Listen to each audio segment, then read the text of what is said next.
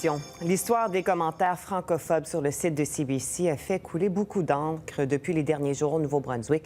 De nouvelles voix maintenant s'ajoutent à celles des 120 signataires d'une lettre demandant à CBC de changer sa façon de gérer ses commentaires.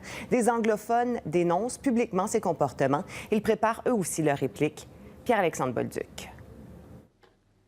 Le député progressiste conservateur Jody Carr en a assez de lire des commentaires anti-francophones sur le site de CBC Nouveau-Brunswick.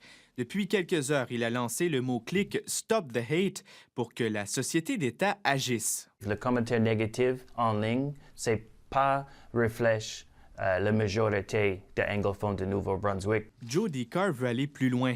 Il compte envoyer une lettre au nom de la communauté néo-brunswickoise anglophone directement au président de Radio-Canada CBC pour dénoncer le fait que des internautes puissent tenir des propos racistes et haineux sur le site de la Société d'État, et ce, sous le couvert de l'anonymat.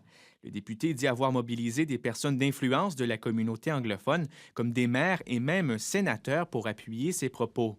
J'espère que le message va être très fort et envoyer un message de CBC et aussi un message de la communauté francophone. La sphère politique néo-brunswickoise s'est d'ailleurs déjà prononcée dans les médias sociaux et sur le terrain, les anglophones francophiles tiennent eux aussi à agir. Pas question de laisser le fardeau uniquement sur les épaules de la communauté francophone et acadienne. Ce n'est pas uniquement les francophones qui sont touchés par cette question. Moi, personnellement, je suis touché par la question. Moi, personnellement, ça me tracasse, ça me frustre. Et puis, je crois que c'est l'obligation des gens, pas nécessairement qui pensent uniquement comme moi, c'est l'obligation des anglophones qui supportent le bilinguisme d'appuyer cette initiative, de réagir à haute voix et de réagir fortement pour dire que non, on n'est pas une société bornée.